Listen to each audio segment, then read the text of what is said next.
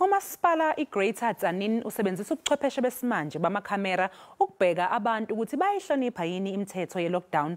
Loluhlobo lwamakhamera luyelekelela futhi ekuqwashiseni abantu ngegciwane icorona. Lamakhamera asetshenziswa ezindaweni zasemakhaya lapho engemaningi khona amaphoyisa athunyelwe khona. Lamakhamera obuchwepheshe besimanje nandiza ngemishini yesandla ama-remote aqapha ukuhlonishwa kwemithetho yeLockdown lapha. Ikhamera yesithathu yona inokusambhobho ofundisa abantu ngobungozi begciwane iCovid-19 kanye nobumqoka bokuhlala ezindlini.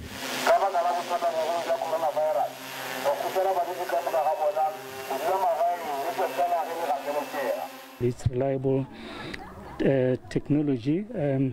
The only thing is when you fly where there are high structures such as trees, sometimes you have got a video feed problem. Lamakhamera adonsa amehlo omphakathi walapha.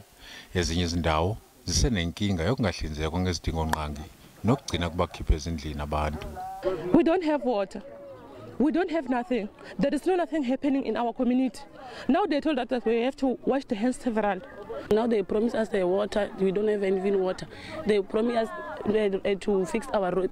UMasipala uthi sesehlile isibalo sabantu emgwaqweni selokhu uqala ukusebenzisa lamakhamera. There's a lot of improvement on the ground. As you flew, you would see that there's less people walking in the streets and even in the shopping centers. So I feel like this has been a success so far. iTzaneen isabika ukuthi inomuntu oyedwa otheleleke ngeCovid-19 kanti lo muntu futhi uselulembe.